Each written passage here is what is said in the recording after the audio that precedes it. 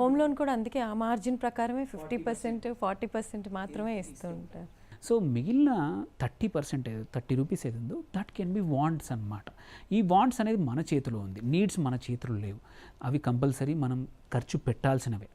మిగిలిన 30లో మాత్రం ఎంత తక్కువ కుదిరితే అంత. కుడ్ బి బట్టలు, వేసుకునే బట్టలు కావచ్చు, వాడే కారు, బైక్, లేకపోతే వాటికి కావాల్సిన ఖర్చులు ఏవైనా సరే విచ్ ఆర్ వాంట్స్. అంటే మీరు బట్టల్లో 20,000 పెట్టి కొనొచ్చు, 200 పెట్టి కొనొచ్చు. సో వాంట్స్ క్యాన్ బి, అంటే దానిలో మన చేతిలో ఉంది. సో ఈ స్కీమ్ అంటే ఈ పర్సంటేజ్ మనం ఫాలో అవుతే ఏంటంటే ఫర్ షూర్ రేపటికి కొంచెం డబ్బులు ఉంటాయి.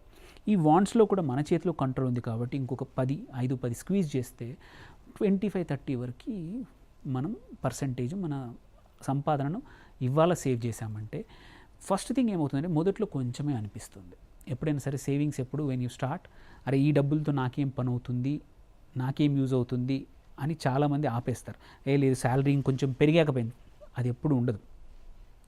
శాలరీ పెరగక ముందే మన ఖర్చులు కూడా అంత పెంచేసుకుంటాం మనం. సో అందుకోసమే ఎంత చిన్న పొదుపు అయినా సరే నెలకి 10,000 వచ్చినప్పుడు 1,000 రూపాయలు పక్కన పెట్టండి, 20,000 వచ్చినప్పుడు 2,500-3,000 పక్కన పెట్టండి. ఎందుకంటే ప్రపోర్షనేట్లీ మన శాలరీ ఆర్ మన ఇన్కమ్, బిజినెస్ ఇన్కమ్ కానీ పెరిగినప్పుడు ఖర్చులు ప్రపోర్షనేట్లీ పెంచుకోకూడదు. సో నువ్వు అంటే 10% శాలరీ పెరిగితే నువ్వు 5% పెంచుకో నీ ఖర్చులు. సో దేర్ బై అడిషనల్గా పెరిగే దాంట్లో కూడా కొంచెం పొదుపు పెరుగుతుంది. సో దెన్ ఈ పద్ధతి రఫ్గా ఎవరైతే 20-25% సేవ్ చేస్తారో వాళ్ళకి ఎటువంటి ఇబ్బంది లేకుండా లైఫ్ అంతా స్మూత్గా, ఎవరిని అడగాల్సిన అవసరం లేదు, ఎవరి దగ్గర చేయి చాల్సిన అవసరం ఉండదు, ఎటువంటి క్రెడిట్ కార్డ్స్ వాడాల్సిన అవసరం లేదు, ప్రాపర్గా చేయగలుగుతారు. నెక్స్ట్ ఈ ఫస్ట్ ఈ బడ్జెట్ అనేది మోర్ ఇంపార్టెంట్. ఈ బడ్జెట్ కూడా ఎలా చేయాలి అంటే చాలా సింపుల్, చాలా యాప్స్ వచ్చాయండి. ఇప్పుడు మీరు ఈ నెగిటివ్ ఏమంటారు గ్యాంబ్లింగ్కి ఎలా యాప్స్ ఉన్నాయో బడ్జెటింగ్ కూడా చాలా ఫ్రీ యాప్స్ ఉన్నాయి.